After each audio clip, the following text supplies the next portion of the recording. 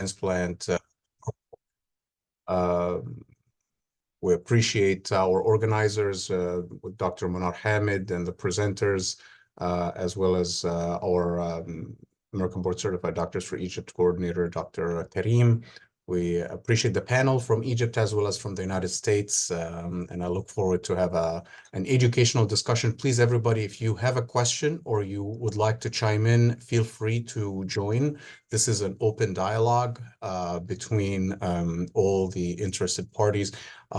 It is a true multidisciplinary, since we have also our pathologists from both sides here joining us today. The first case will be presented by Dr. Hamid. So please go ahead, Dr. Hamid.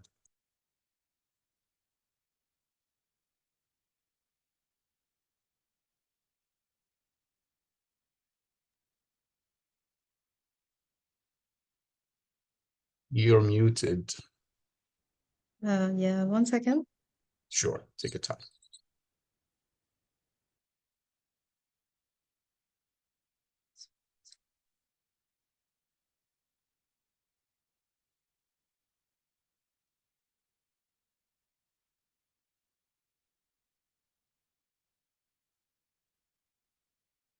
Can't find the full screen button. If you click on slideshow up on the right. Sounds thanks. Hi, it's always a pleasure to take part in this meeting. Since we have limited time, so I will start immediately. In summary, this is a case of relapsed TALL that underwent allogenic bone marrow transplant in CR2, but something unusual happened while the case was undergoing conditioning.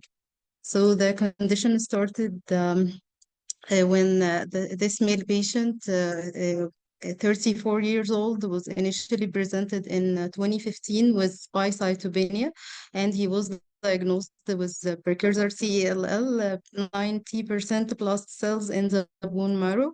His screening CSF analysis and the testicular ultrasound were free, and his CT showed enlarged cervical, axillary, and mediastinal lymph nodes. The largest measured 3 centimeters.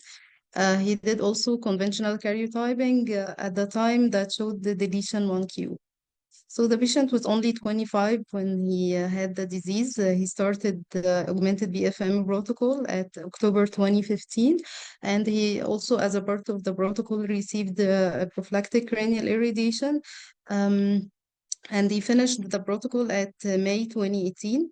It was going okay, but only in the middle of the protocol, he was suspected to have CSF infiltration by his regular intrathecal injection and analysis, but it was revised and it was free, so he didn't have CNS infiltration. And after finishing the protocol, he did the cytogenetics again on the bone marrow, and it was free. And he did MRD analysis by flow cytometry, and it was negative. He also did HLA matching with his siblings, and he was fully matched with his brother. This was the HLA matching test with his brother. But he didn't undergo bone marrow transplant at CR1. After 6 years, the patient presented with polycythemia and lymphocytosis. Bone marrow evaluation showed infiltration by 82% plus cells of TALL, and FISH was negative for 7q34, translocation 922, and 11q23. His CSF analysis and testicular ultrasound and CT chest all were free. So the decision was to receive hyper-CVAD protocol combined with venetoclax, and since venetoclax is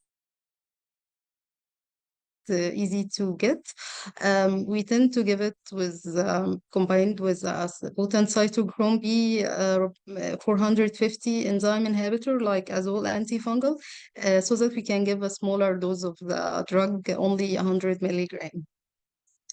So he received the course 1. After 21 days, he did bone marrow evaluation. It was normocellular, 2% blast cells. And while he was preparing for his insurance acceptance for transplant and also the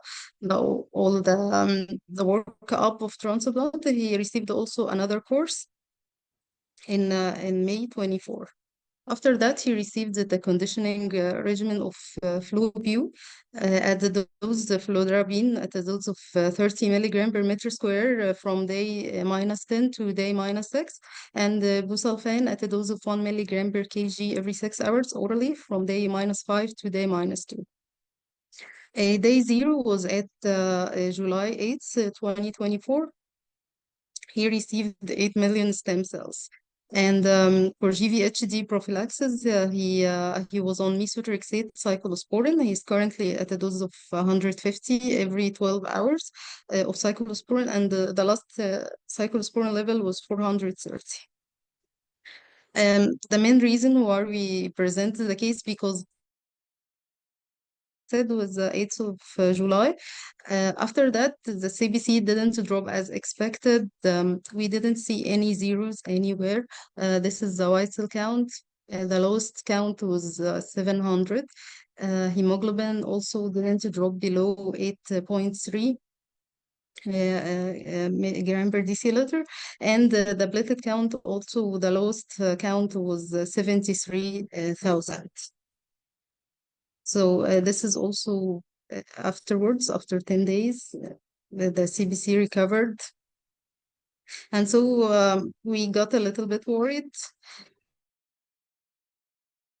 Was the hypercellular, 5% blast cells. And the chimerism was done, but the result not appeared yet. So is this common in your practice to find this response to conditioning? Should we worry about the success of this transplant process? I have a couple of questions before I hear Dr. Gabala and Dr. Emmons' comments here. So he got hyper-CVAD plus venetoclax A, cycle 1A. Did he get B as well? Yes, he received the course 2, hyper-CVAD.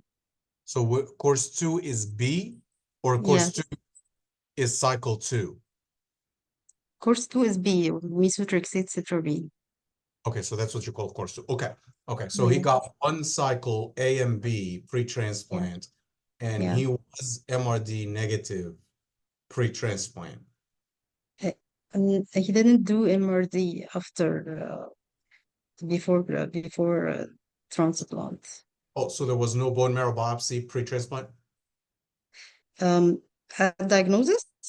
At diagnosis of relapse? Right before transplant, after course 2, between May and July. He did aspirate. Between course 2 and the conditioning, no, I believe not. But after course 1, it was normocellular 2% blasts. And the 2%, but you said the pathologists are not commenting on this one. So this 2% blast, are they lymphoid blasts? I'm not sure. Okay, got it. And is this your standard conditioning regimen, starting T-10 on fludarabine? Professor Muhammad Awad, can you answer this question, please?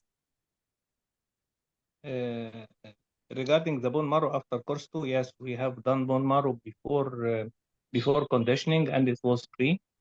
For the standard regimen, it was BUSI, but we stopped using BUSI because of hemorrhagic cystitis. We know that the standard of care is to go for TBI, but we lack this facility. So we proceeded to Flu-Bu. Yes. We stopped the classic regimen we have used over the past 2 years of BUSI. We are now shifting to Flu-Bu. But Flu-Bu 4 is a MAC regimen. Yes. But you started on T-10. Is that your standard, is starting on day -10? Yes. We do it a little bit differently. Now I open the stage for comments from the team. Dr. Awad, if you would like to comment on any of the questions or the concerns yourself. Yes, I have some concern. First, would you recommend, we didn't give him TBR. So, in your everyday practice, would you recommend prophylactic intrathecal? Also, would you recommend the early withdrawal of immunosuppression? We have already started withdrawal of cyclosporin. Would you recommend the early withdrawal of cyclosporin? And يعني, the third question about the maintenance. Yes, I do believe he is in need for something to maintain his remission. They're all valid questions. Any comments from our pathologists before we go to the clinicians in answering the questions of Dr. Awad? Dr. Alkawaz, any comments or questions regarding this disease? I mean, if the only comment is on the bone marrow, the report with 2% blasts. I take from that they're myeloid blasts usually. Otherwise, it would be indicated. So I think what they're saying is it's negative. Right. That makes sense. Thank you. Thank you.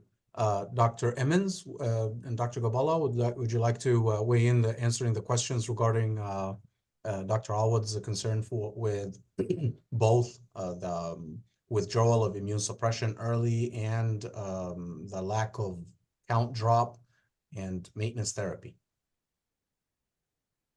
Right. So again, there was an unreported in this series of slides, marrow just before transplant, that one of the attendings said was in fact showing remission. I assume that means that it not only was in morphologic remission, or what is the flow or other study that they do before transplant to confirm that? There's no molecular marker here, so do you use flow cytometry to look for minimal burden of blasts or not with your marrows? Yes, we do flow cytometry, Yes. but yeah, And what is but your level of detection on your protocol? I think it was 10 0.000601.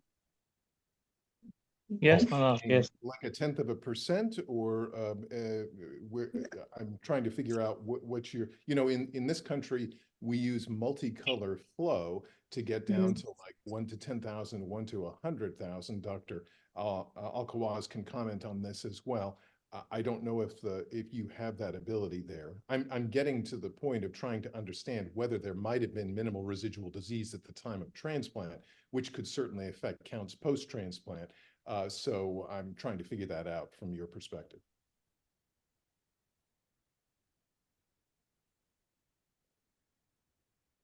Dr. Alkawaz, can you comment on what our flow cytometry threshold is here?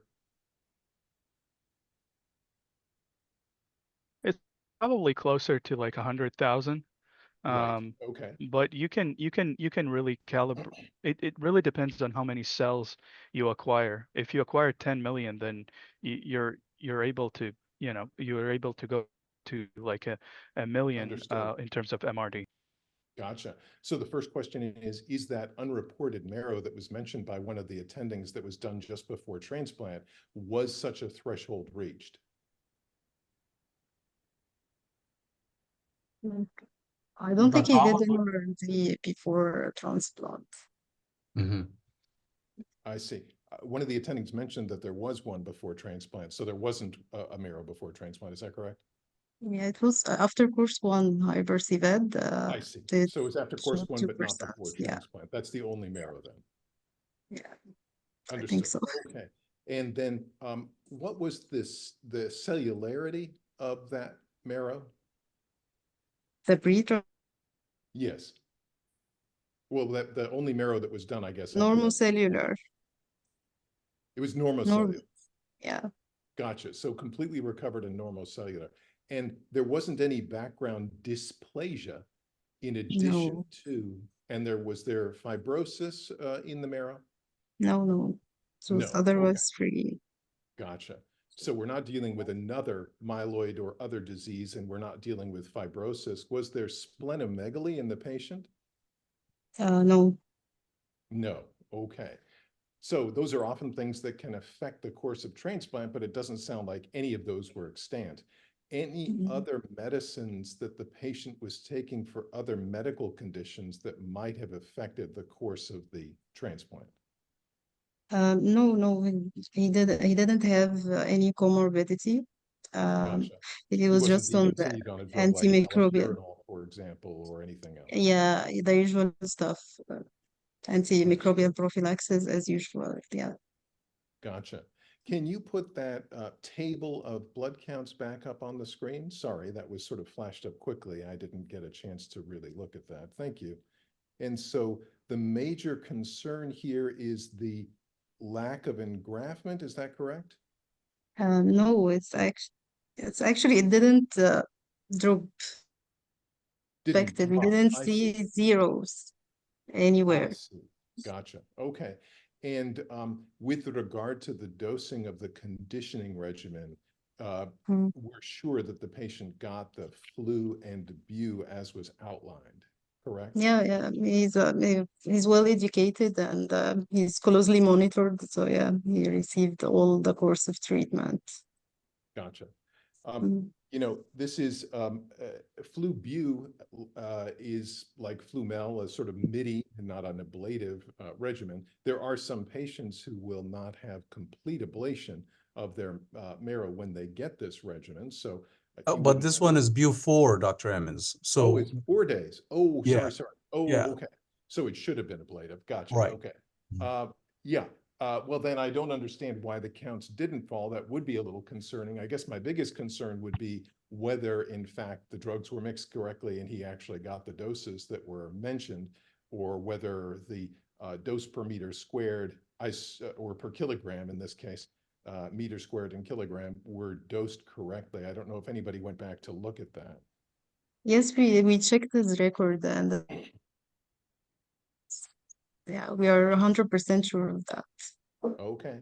Well, that's very unusual then. I don't have a good explanation for why he wouldn't have had a greater fall in his blood counts. Certainly, typically, So with 5 days of fludarabine and ablative busulfan for 4 days, he should have zeroed out. So it is of concern because now we don't know whether the patient really did get the ablation before.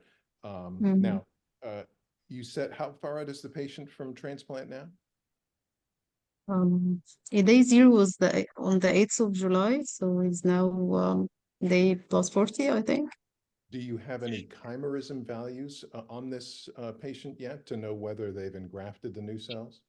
What? Do you chimerism. have any genetic studies to show whether the patient has engrafted with new cells from the donor? Do Yeah, you the mean chimerism? He chimerism, did the test, but the results are not Yes, appeared yet. yes. And the bone You marrow don't have any after, yet. yeah, the bone marrow after conditioning showed the 5% blast cells. What sort of blasts were So these? Again, as Dr. Alkawaz mentioned, was this myeloblasts or were they lymphoblasts? What sort of blasts were these? I'm not sure. I see. Mhm. Is there pathologists there from your group who can comment on that at all? They didn't revise this case, actually. I see.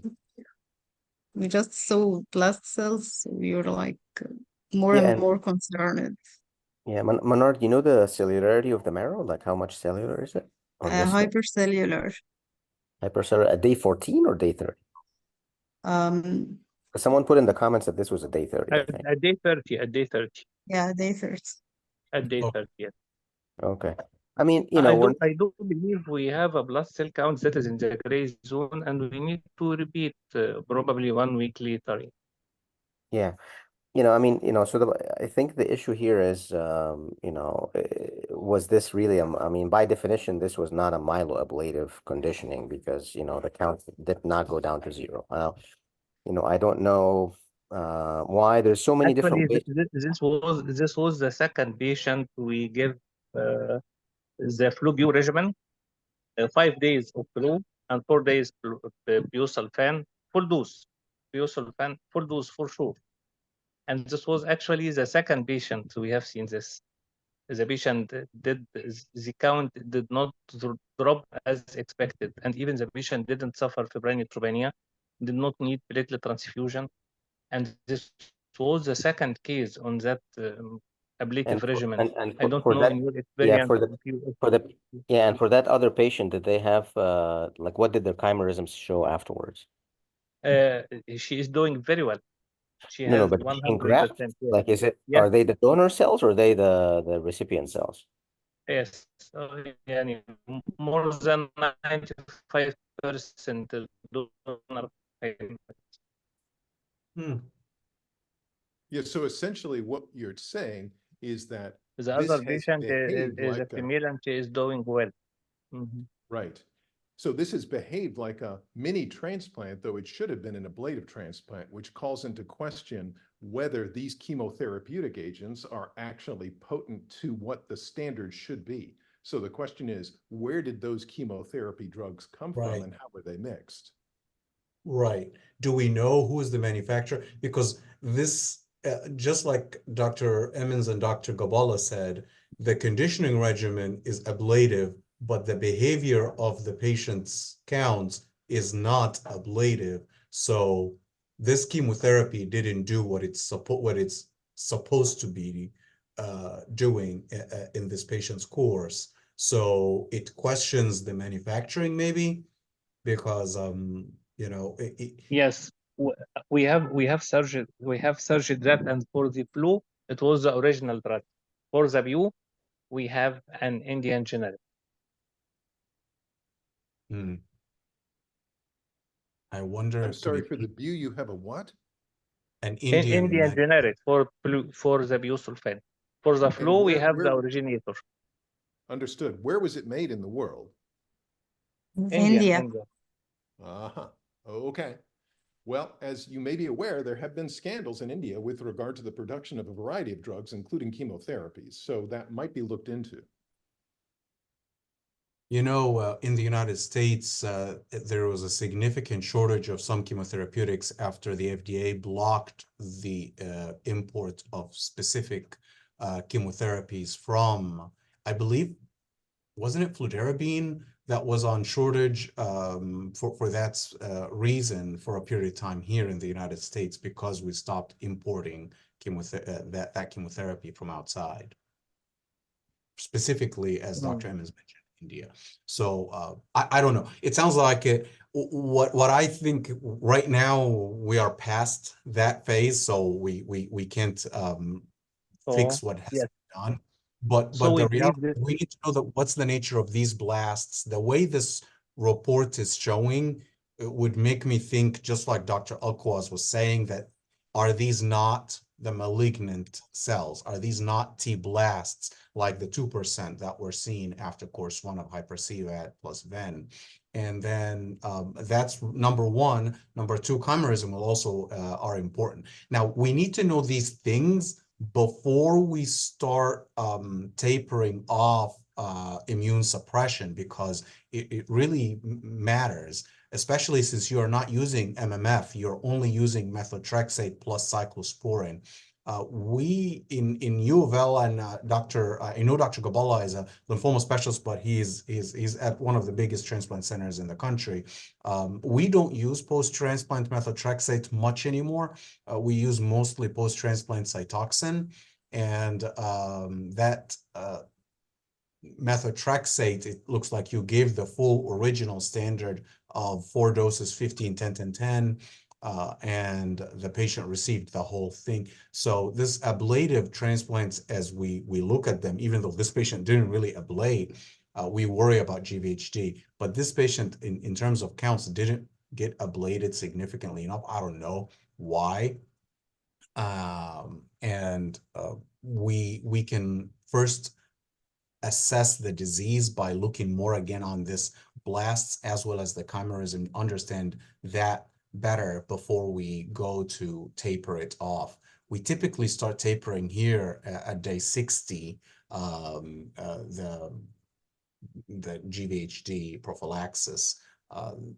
And you know, this patient is not on MMF, so there is nothing there to stop. Well, when you say that, Dr. Jazzy, we start tapering the tacro then. We right.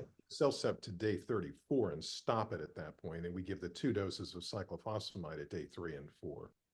Yeah, but they did not use CellCept. They used the 4 doses of methotrexate. So it's really Understand. self-supporting. Which is Yeah. adding to this problem of not having significant ablation. Typically, methotrexate magnifies that effect. So it's not just the fact that the busulfan didn't do what it was supposed to do. The methotrexate should have done some degree of this as well, which calls into question that as well.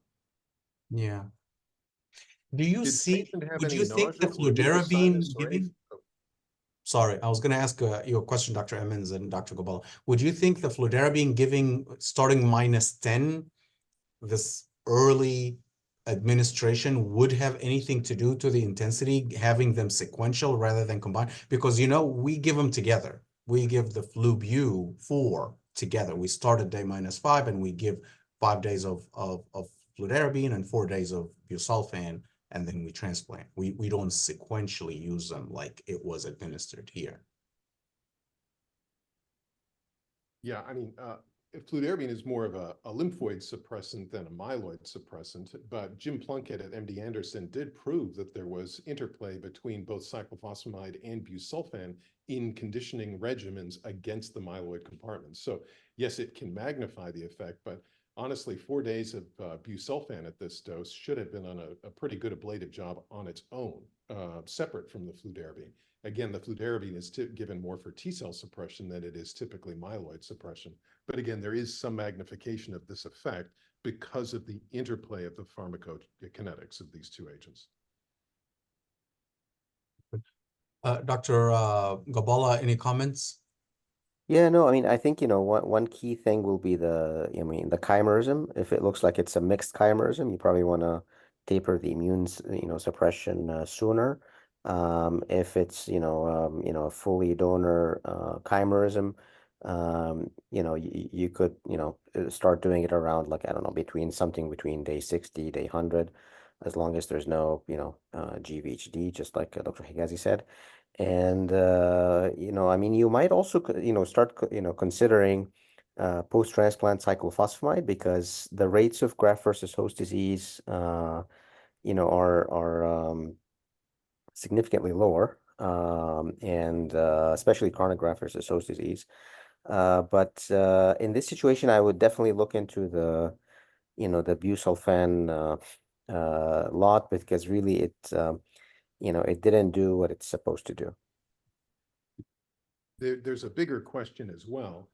You used this regimen because you wanted to use an ablative regimen for a patient with an otherwise difficult disease, TALL, which is a known bad actor and has high relapse rates even with allotransplant in both children and adults.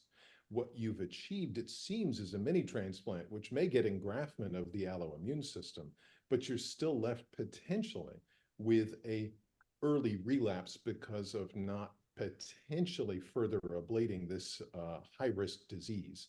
So this patient will need to be watched very closely for this issue. I will mention in passing that the genetics of TLL have been very controversial over many years, but there was a Nature article published just this year that went over a new paradigm for the genomic basis of at least childhood T-lineage ALL, which is probably applicable to adults as well. And I'll put the link for that, since it is very instructive and now forms the basis of 3 separate groups of risk for this disease that we should all potentially keep in mind moving forward. So would you decide to give him some maintenance therapy? I know it's not approved yet, but would you It's very consider? difficult because any maintenance therapy for TALL will obviously affect the native allo T cells of the donor.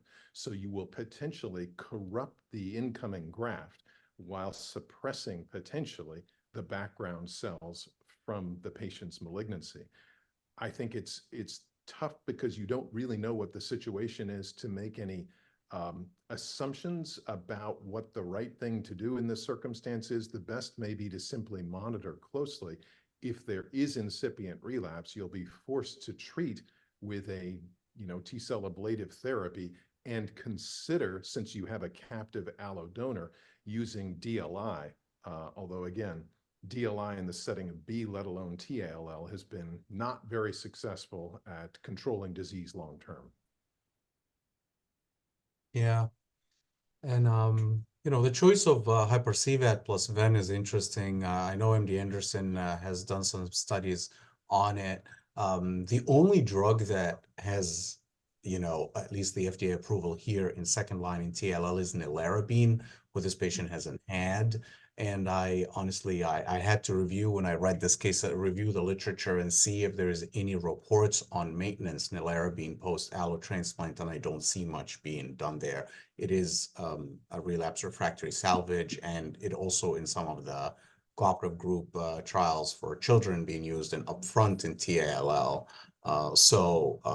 That is something. The TALL is such a tough disease to salvage in relapse, and this patient is at high risk of relapse, given the lack of response to the upfront to the conditioning regimen, because your biggest hit for the purpose of disease control is the conditioning regimen here at the highest depth of the disease control, which the hope is that the patient was at that depth if he was in MRD negative state pre-transplant. Now, I think you might want to look into a little bit different approach. I do see the concern of Dr. Emmons in regard to attacking the native, not the native anymore, but the allo T cells recovery and reconstitution of the patient's immunity post-transplant, and losing the allo effect by attacking T cells, because that's where the disease is. But I think we need to think of that seriously here, because if we indeed lose this, if this patient's disease relapse, we are in a very bad place, and I would think seriously on the use of some sort of a therapy, depending on the patient's overall condition and tolerance, to start around typically 60 days post-allo transplant. I have never used nelarabine as a maintenance therapy. We don't have any kind of a standard in post-allo transplant for TALL. Unfortunately, we don't have a whole lot of standards for TLL altogether, but we do have some frontline therapies, second line therapies. That's all. So I think the idea of, if the patient is in good chimerism, is to start tapering off around day 60. If the patient has any questionable chimerism, is to taper off right away in an attempt to allow the graft to take over, and hope that there's no GVHD that would be delivered, because it is a double-edged sword. You don't know what these therapies are going to affect the patients in terms of graft versus host disease. Now, before we conclude, there is some, it's not great data, but the use of venetoclax as well post-transplant has been significantly toxic to the marrow. But it has some data in management of relapsed TALL. I see a question in regards to DLI with mixed chimerism. Yes, DLI is one of the ways of treating mixed chimerism. DLI is not a great salvage treatment, so we try our best to use it before we get to a relapse. So yes, if the patient's chimerism is poor, we would taper off like Dr. Gabala said, we would taper off the immune suppression quickly and shoot for a donor lymphocyte infusion to improve the chimerism. We would monitor the chimerism as well as the marrow regularly in a patient like this, I would say like monthly, so we can take an early move onto intervention. That would be liberal, but at least it would be more in the sense of finding it a little bit early and understanding the patient's recovery before we lose the transplant. Okay, thank you. I think we should move to the next case. Sounds good. Dr. Maria.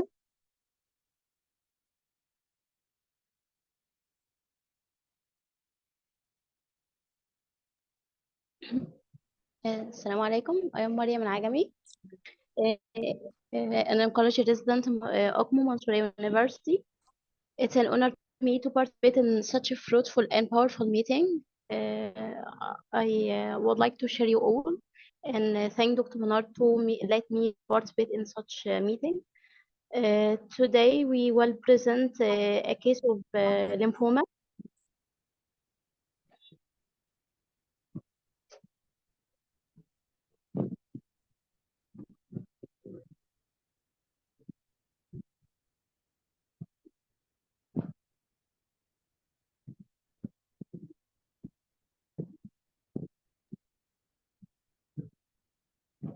Dr. Mariam, are you trying to share your screen with us? I will share it. Thank Just you. a minute. Here we go. Yeah, We can see I it. can see it now. If you can, yeah, perfect. Firstly, it's a 73-year-old female patient, firstly presented with bilateral inguinal masses. 2 years ago, medically, she has hypertension, diabetic, and she's on the initial presentation, she has enlarged lymph nodes at the inguinal region bilaterally. The largest one was about 6 to 7 centimeters. Initial CBC was total leukocyte count of 6 and absolute neutrophil count 2.5, hemoglobin 9.5, and platelet 134. She was investigated with PNCT with the contrast. She has lymph nodes below and above the diaphragm, bilateral cervical lymph nodes. The largest one about 1 centimeter, enlarged thyroid nodules. Later on, well biopsied and diagnosed as colloid nodular goiter. Multiple enlarged axillary lymph nodes, the largest about 1.2 centimeter, and internal and mediastinal lymph nodes, mild bilateral pleural effusion. She has multiple upper abdominal mesenteric aortic lymph nodes, which forming amalgamated lymph node mass encasing the aorta and the iliac vessels. The largest was 7.5 by 4 centimeter. Multiple enlarged inguinal lymph nodes, from which the biopsy will be taken, enlarged liver, enlarged spleen, and no aggressive bony lesions. A true cut biopsy from the right inguinal lymph node, which was biopsied and diagnosed with lymphoid proliferation with mixed nodular pattern, suspicious for query follicular lymphoma, and an immunohistochemistry of CD1023 PCL2 cyclin D1 were indicated for evaluation and diagnosis. After revision, the slides of the lymphoid proliferation was stained for CD3, 20, and 5, which revealed mixed reaction, highlighting the focal follicle formation. Ki67 was variable proliferative index between the follicles, and slides were positive for the BCL6. Further, CD23 and BCL2 were requested. CD23 was reactive, and BCL2 was. After revision, the pathologist showing that CD23-5 were mixed reactive pattern in the highlighting follicles. CD23 was positive in the dendritic cells. BCL2 and 6 were positive in some interfollicular cells, and Ki was highlighting the remaining proliferating germinal centers. So they were diagnosing as picture compatible with non-specific lymphadenoids. We were not sure at this moment for the diagnosis, so we went for incisional biopsy from the right inguinal lymph node, and after revision, it was diagnosed as an angioimmunoblastic T-cell lymphoma. Ki67 was positive in about 50%, CD3 scattered positive, BCL2 positive in the tumor cells, CD20 negative in the tumor cells, and positive residual germ cells, CD3-4 positive in the tumor cells, and I think from this, the diagnosis of angioimmunoblastic T-cell lymphoma were raised. CD8 were negative in the tumor cells, and CD10 were positive in the tumor cells. BCL6 were negative, and CD23 highlighting the disturbed germinal centers. I want to stop here in the diagnosis. At the diagnosis of angioimmunoblastic T-cell lymphoma, it's the so-called many-phase lymphoma, as it resembles many things in the diagnosis. And also implied in the immunodysplastic syndrome, but unfortunately, this was not met in our case. The pathologist at this time on 4/2023 were sure about this diagnosis, so we started CIOB 2 cycles with clinical improvement of the enlarged inguinal lymph nodes. After this, the patient was complicated with acute kidney injury after the second cycle, mostly was renal, as it improved on hydration. Then, unfortunately, she lost follow-up till the 1st April 2024. At representation, we did a pain CT with newly developed multiple enlarged left deep cervical lymph node, newly developed multiple enlarged biaxillary lymph nodes. The largest lymph node mass was amalgamated cervical lymph node, from which excisional biopsy was taken, and the pathologist again diagnosed it as non-Hodgkin lymphoma, a small B cell type, highly suggestive for mantle. SOX11 were and BCLs, highlighting the remnant germinal centers. KI16 was positive in 6 to 7% of the transformed cells, and CD20 was positive in the transformed lymphoid cell. Upon this diagnosis, the patient received pre-phase on 23/5/2024 with clinical improvement, followed by another 2 pre-phases. CD23 and cyclin D1 performed on this excisional biopsy, and CD23 was positive in the dendritic follicular cells, and cyclin D1 was positive in scattered cells. After final revision, the pathologist, I think, suggested the case as a case of grade follicular lymphoma with areas of transformation to diffuse large B-cell lymphoma. So we have Dr. Madonna. Can you present the slides for us? Yes. Well, actually, it was a challenging case to diagnose. Both biopsies were revised. This is the hematoxylin and eosine stain slide for the Okay, Mariam, can you unshare so that Dr. Mariam Madonna can share it with us? Okay. Thanks, Mariam.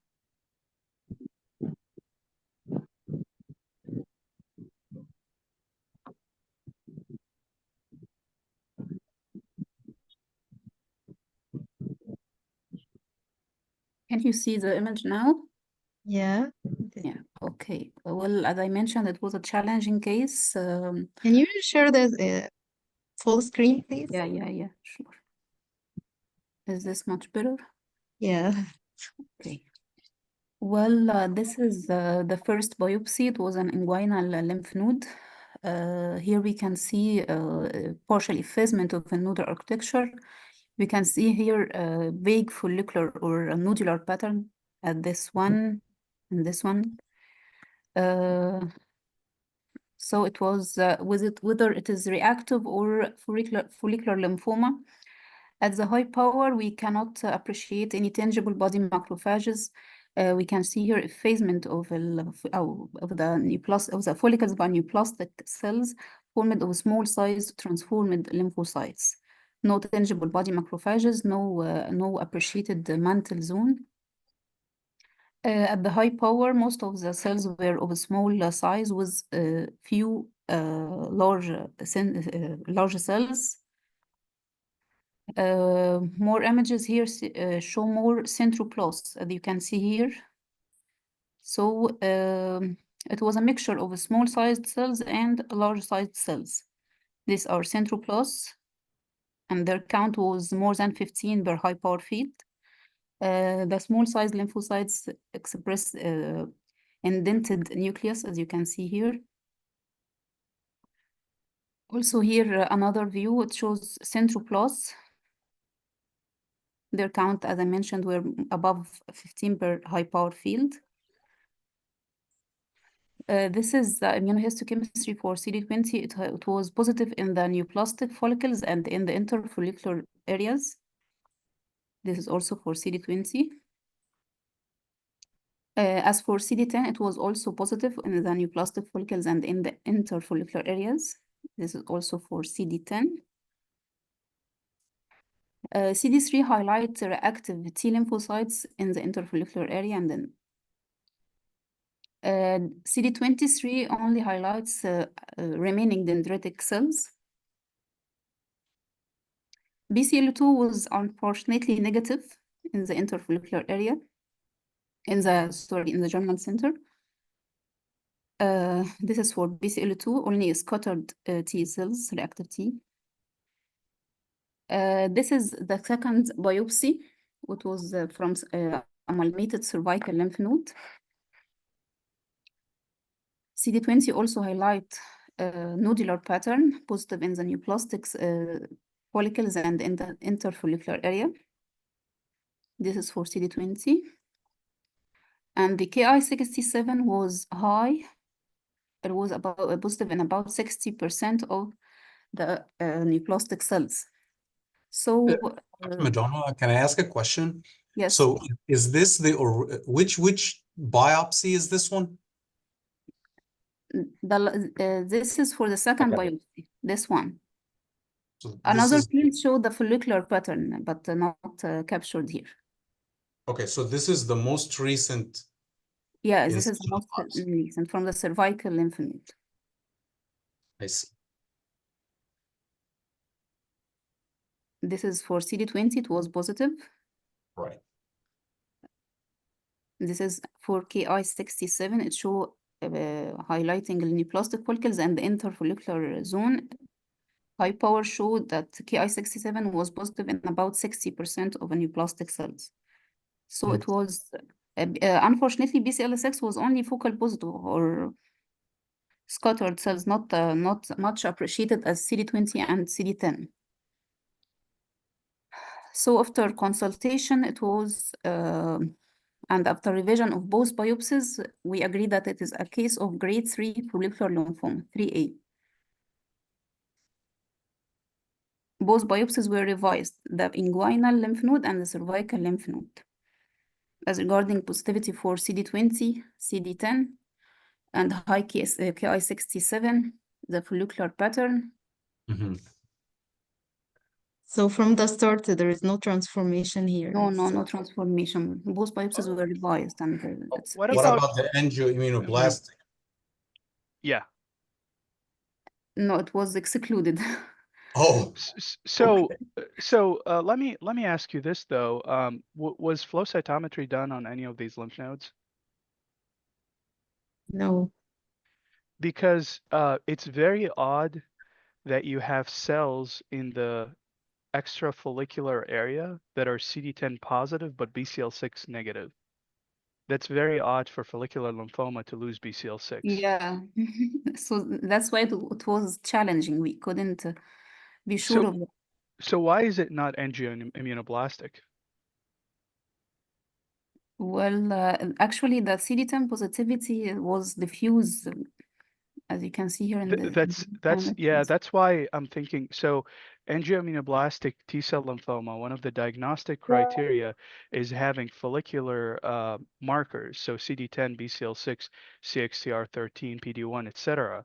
And so I get why you guys are calling this a B-cell lymphoma, but when I look at the Ki67 pattern, it looks like it's higher in follicles, and we don't really know whether those follicles are neoplastic or not because they're BCL2 negative. They don't have any immunophenotypic abnormality, so we can't exclude the possibility that it's another process potentially, and those follicles are infiltrated. I'm not saying it's definitely not follicular, but why isn't this a composite lymphoma? So an angioimmunoblastic lymphoma with a B-cell lymphoma arising in the background. Was EBER done on this case? Well, also the CD23 expression limited to the follicles. It does not show expanded dendritic cell meshwork, so which is against angioimmunoplastic show CD23 Right. show expanded dendritic cells. Yes, I agree. But it doesn't exclude the other THF T-cell lymphomas. I think a good idea for this case, just to rule it out, EBER would be very helpful here. I would do both B and T-cell clonality. what you need here is a proof of that you have an abnormality, an aberrancy. You don't really have the only aberrancy that you have here are the 10 positive cells with no BCL6, and that does not go for follicular lymphoma. You may be actually dealing with another type of B-cell lymphoma that's not follicular. We don't really know here, but FISH analysis would be helpful. Flow cytometry would have been immensely helpful here. And then I would definitely do clonality for both B and T cell. What do you think of the diffuse CD20 positivity? Yes, I'm I'm not saying it's not a B-cell lymphoma. Yeah, I'm just saying it may not be a another follicular type. lymphoma. Right. It may be another B-cell lymphoma. And also, like, I've seen a lot of composite lymphomas where the B component overtakes the T component. And I see why at some point somebody suspected angioimmunoblastic is because they saw the high endothelial venules, which, Yeah, they're not that's what it is pathognomonic here. actually. They're not pathognomonic here, but again, if you have a lot by CD3, and I didn't see a CD3, but if you have a lot by CD3, you kind of you need to exclude that possibility. To me, this is not a lot. And again, I would look closely at the CD3 on high power and make sure the T cells are all small and they're not large. But the clonality here would help immensely for both B and T.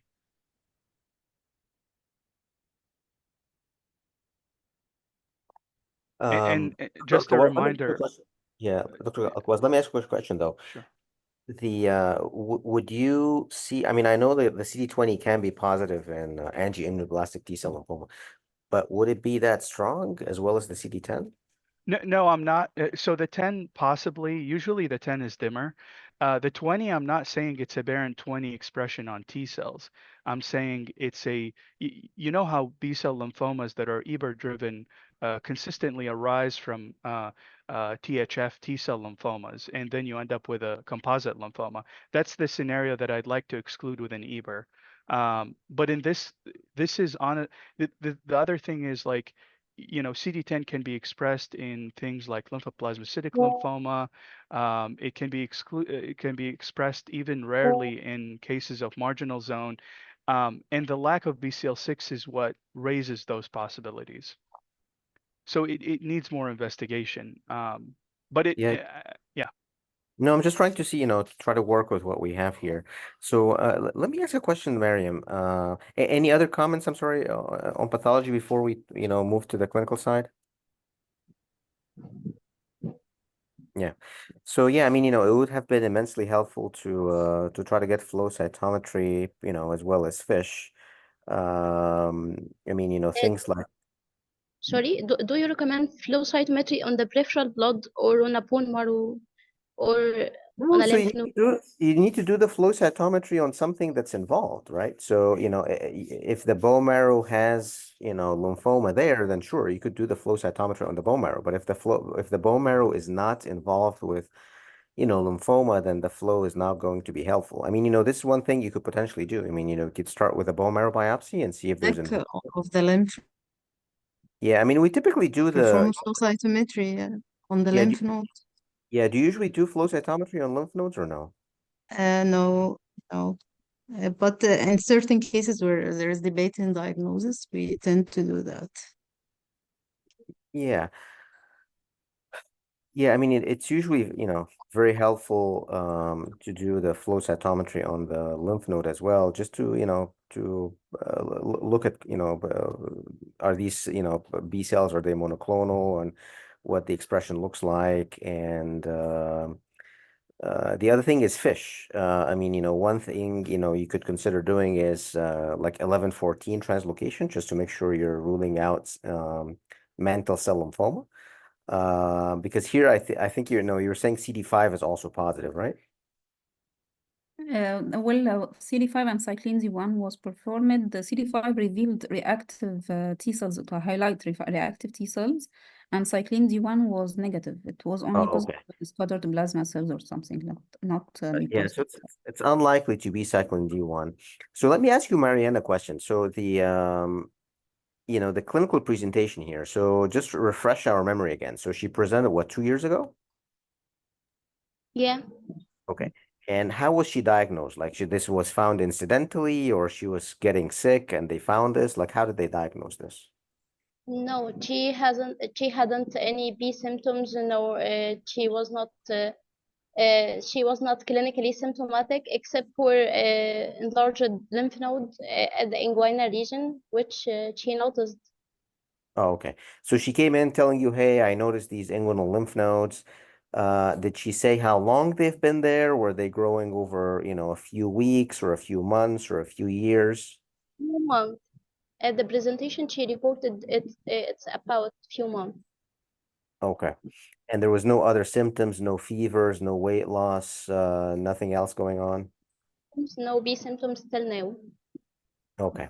And then she got 2 doses of COP, and then she got lost to follow-up. And how did she respond? Did the lymph nodes shrink? Did she tell you they noticed they shrinked and that's why she, decided to not proceed with more treatment, or what happened exactly? Initially, when she received the 2 COP cycles, she reported marked clinical improvement of the inguinal lymph node. Later on, when she presented with cervical lymphadenopathy, which was amalgamated mass. Okay. So how, when was, how long was it between her second cycle of chemotherapy and the time that she presented again? She received the second cycle chemotherapy on 2023, and she presented again on 1 April 2024, about exactly 2 years. So just I don't want to get confused with the dates and stuff. So the second dose was what, March or April of 2023? She lost follow-up 1 year. Right. So she finished when, April 2023, and then she came back again April 2024? April. Yeah. Okay, so she got 2 doses of COP, was lost to follow-up for a year, came back and said, hey, they're growing again. Yeah. Okay, and no B symptoms, nothing, it's still the same thing. Yeah. Okay, and her counts are still low? Because I remember her, she had anemia and she also had some low platelets, right? No, her CBC is exactly the same as when she lost follow-up.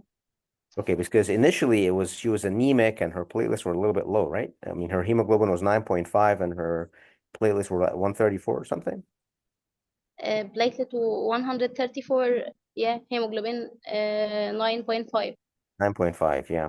So she might have some bone marrow involvement too. So, if her platelets and if she's thrombocytopenic and anemic, you may want to consider, a bone marrow biopsy with a flow cytometry just to make sure.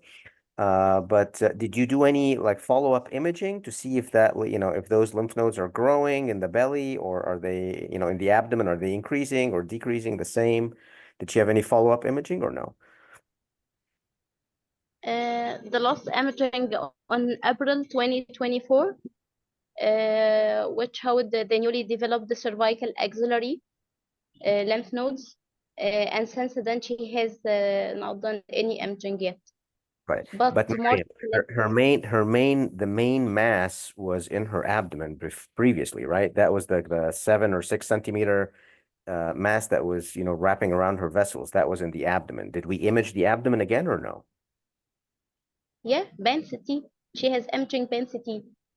Oh, okay. So there was nothing in the abdomen. The one that was previously in the abdomen went away, and she just has those new lymph nodes in the neck? The report of the CT on April 2024 was stationary regarding the previous one. No, I Was understand. So was stationary.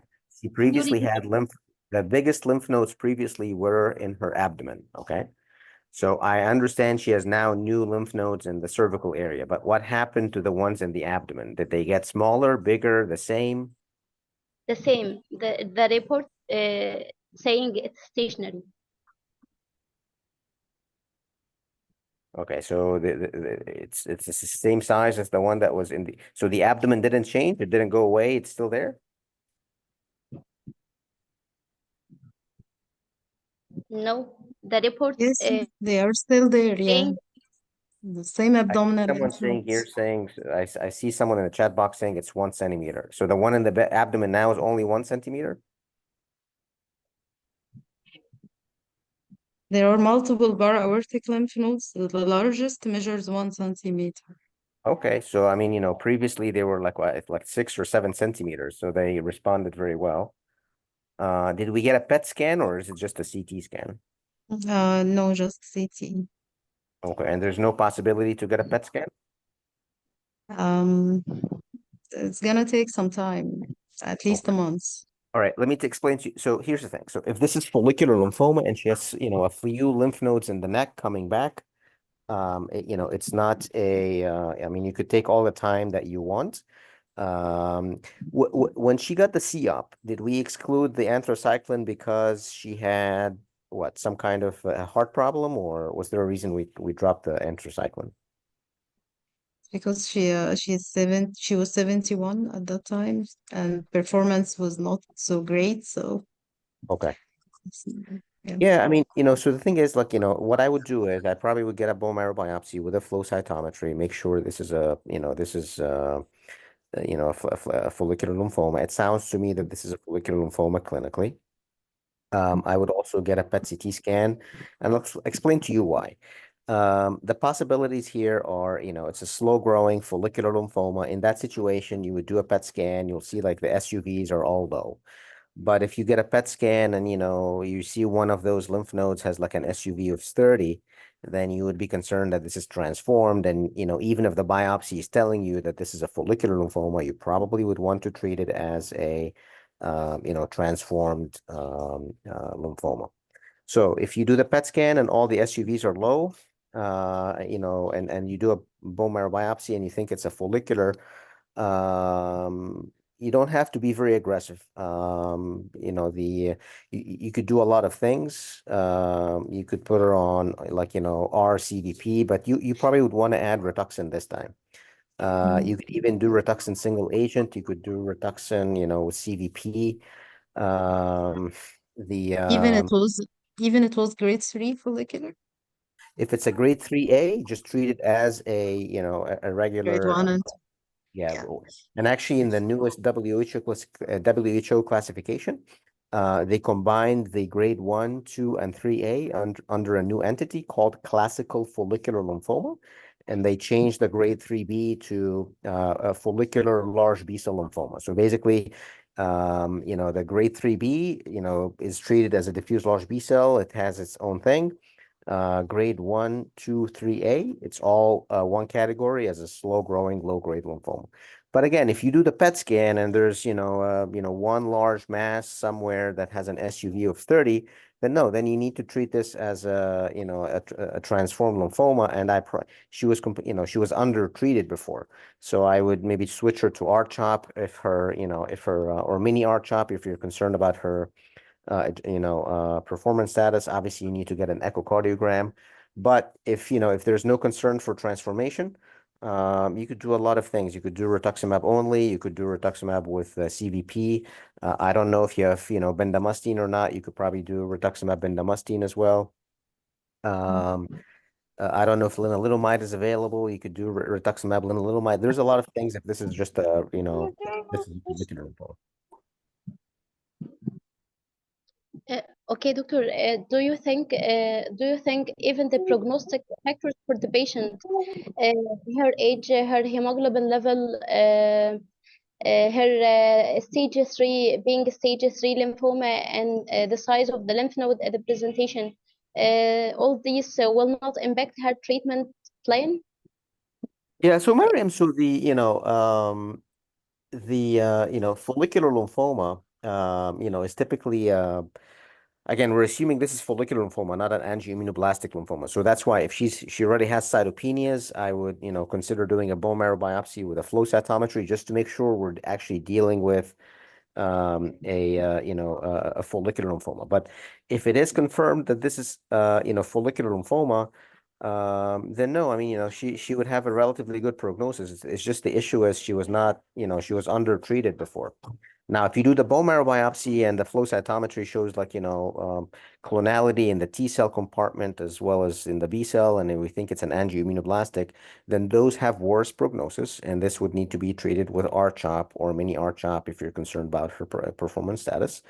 If you do the PET scan and there's an area where there's very high activity somewhere, that's also another high risk feature, and that might also impact her prognosis.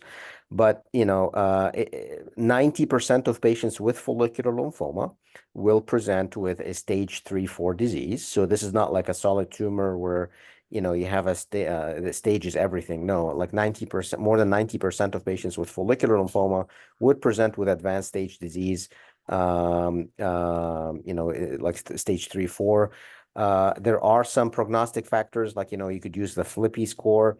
Those are not always super helpful. Sometimes they don't accurately identify the high risk features. One high risk, category that is, a clinical category is those who are treated with chemoimmunotherapy, which is not here. I mean, she got just COP, but say she had R-CHOP for, 3 cycles or so, and then she relapses again within 2 years. We call those POD 24, progression of disease within 24 months. And those are high risk follicular lymphomas who historically have had lower survival than the general population. And they represent about 20% of patients. But 90% of patients, who are treated with chemoimmunotherapy with follicular lymphoma, they will be in remission for more than 2 years. And those have a normal life expectancy compared to the general population. So I think, the bottom line is you need to do a bone marrow biopsy, make sure it's not an angioimmunoblastic T cell, confirm that it's follicular, get a PET scan, make sure there's no concern for transformation. If neither of those are there, it's not an angioimmunoblastic, there's no risk for transformation. The prognosis should be good, and you would treat her with rituximab combined with something, which could be CVP, it could be some of bendamustine, you could do mini R-CHOP. I mean, all these would be reasonable, but I would add Rituxan this time. Okay, thank you. I'm sorry, can you clarify for me what her current blood counts and LDH are and her current, if any, symptoms are? So her CBC was done 6 days ago. The white cell count was 6.6 thousand, and hemoglobin was 10.6 gram per deciliter, and platelet count was 147,000. And So, did you do an LDH? just a second.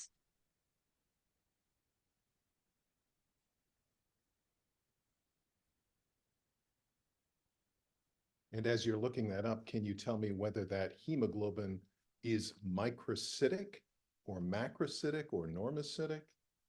Okay, just 1 second.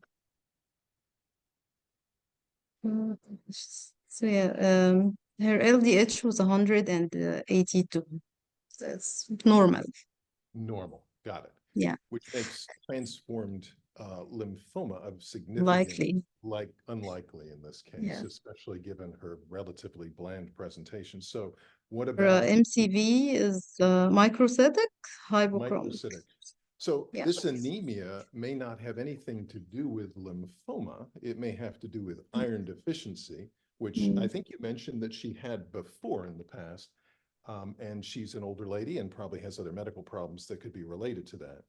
If this anemia resolves with iron replacement and she has only small lymph nodes, as you mentioned, in the neck and the abdomen, there's no absolute need to treat her at all. And if her anemia resolves, then there's no reason, I would think at this point anyway, to stick a needle into the marrow if this is iron deficiency only.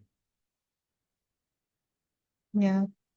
Well, Dr. Emmons, the issue has been like, there's a question of, if this is indeed, follicular or angioimmunoblastic, but I agree with you if it's, if it's a follicular and it's just iron deficiency, then yes, observation is also one of the other, options. You could definitely do that. Yeah, I would say that if she doesn't have any other symptoms or concerns, she's an older lady. I would say that, you know, it might be reasonable to watch this to see whether it evolves to something that causes symptoms or blood count abnormalities or very rapidly enlarging lymph nodes before doing too much more. Yeah, that's reasonable, too. So yeah, I know she's not for transplant because she's 73 with multiple comorbidities.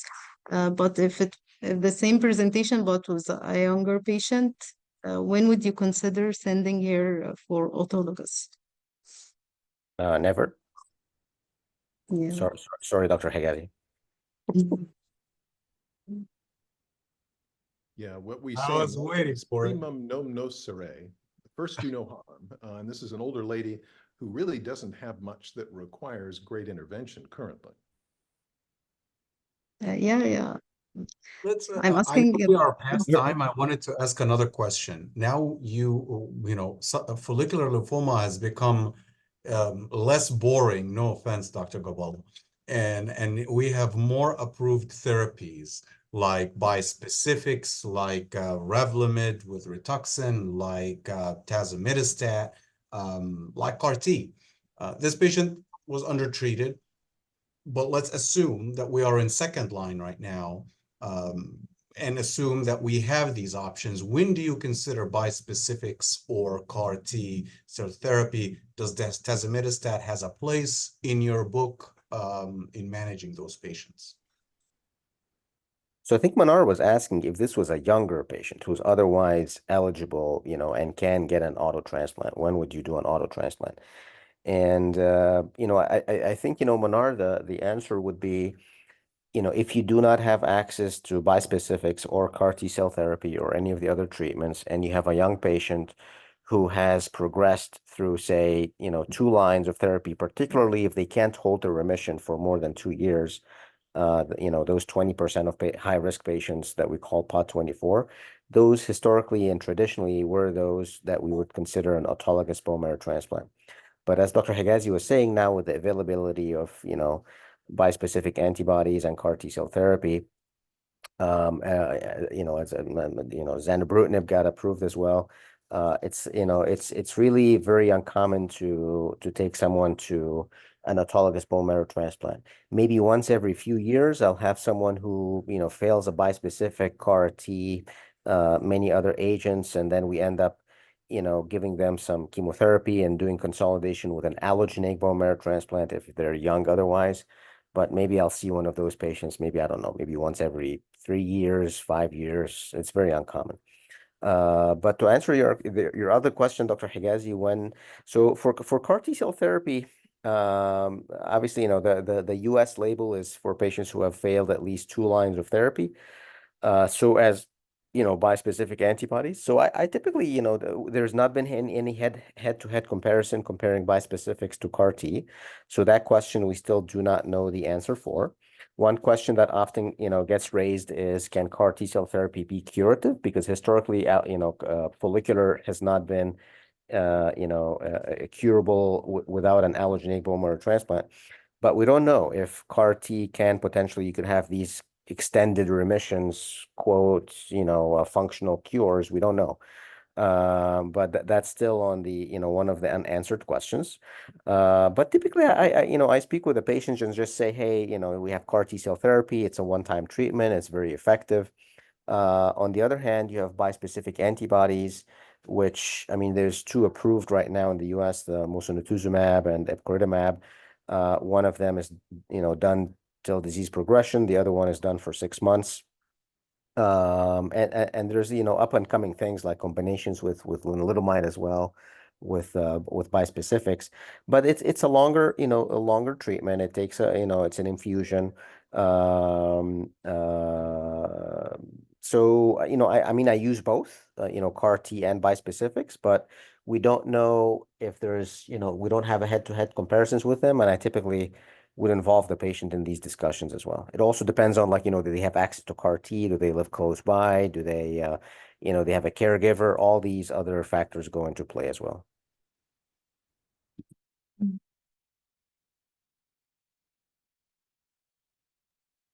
Thank you. Thank you. That's very informative. Do I have time to just share a couple of comments?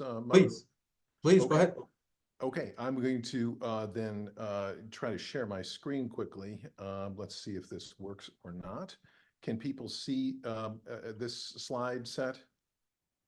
Yeah. Yeah. Okay, so keep in mind that the median overall survival of follicular lymphoma is now approaching 20 years, and the treatment options for newly diagnosed patients, you could consider this patient sort of newly diagnosed given the abbreviated therapy before, typically now concern immunotherapy plus minus an anti-CD20. Interestingly, BTK inhibitors and PI3 kinase inhibitors, they're not really part of the armamentarium for follicular lymphoma. These are your criteria, the Guelph criteria and the Blenny criteria for making decisions on when to treat patients. These are shared amongst most clinical trials in the world, and they form the standard for how to make decisions, like in this case, as to when to treat patients. So I would invite you to keep those in mind in terms of making decisions for her care. Initial therapy for follicular lymphoma has generally been chemoimmunotherapy in the first line, according to these trials, the STILL phase 3, the BRIGHT phase 3, and the GALLIUM phase 3. R squared is certainly a chemotherapy-free consideration, which has very good response rates, and R maintenance it has been a very controversial question in the first line. This is the relevance trial data with regard to the progression-free survival and overall survival for Rituxan and chemotherapy combinations. As you can see, the curves are very good. So what do you do at first relapse? That's the very unclear thing that Dr. Gabali was mentioning from therapy. Currently, we don't really have good clinical trials to tell us, quote unquote, what the right thing to do is. There's a long list, as you can see here, of first things to consider and what you might go to secondarily. But in the age of immunotherapy, and I'm not going to go into this, that's later in my talk, but I just want to mention one agent which you may or may not have access to, which is this tazemetostat, which is an oral inhibitor of EZH2, which has had some impressive data as another agent to consider in the frontline setting if you have difficulties with these other therapies in this older patient and don't have access potentially to immunotherapy. So keep those things in mind. Yeah, Dr. Emmons, just one comment here is zanubrutinib obino is now approved for follicular. They approved it back in March, and there's an ongoing, and that was based on the Rosewood study. And you are correct. This slide set is from the early this year, so I didn't update it, but yes, you're absolutely right. Thank you. Yeah, and there's an ongoing trial now, the Mahogany study, looking at, it's a phase 3 study looking at this combination in both follicular as well as marginal. Excellent. Thank you. Wonderful. Thank you. Thank you very much, everybody. And thank you, Dr. Manar and Dr. Mariam and our pathologists for commenting. And of course, thanks to Dr. Gabala and Dr. Emmons for weighing in, as well as our faculty from Egypt, Dr. Awad. Any questions, comments? محمد السلام عليكم. السلام ورحمة الله. I'm Muhammad Dr. Nazim. محمد عابد أهلا بحضرتك. Yeah, sorry, I could join late, but I'm Thanks for joining. enjoying the discussions. And I Thank you. would like to thank you very much for your efforts. Of course, of course. Thanks and for nice joining. cooperation. Yep. Any Thank you questions so or much. comments, Dr. Mabed? No, just I'd like to thank you very much. Of course. Thank you. It's always a pleasure. Thanks again, everybody. And we look forward to reconvene in another, hopefully, 4 or 6 weeks. Thank you. Thank you. See you soon. Thanks. Bye. Bye.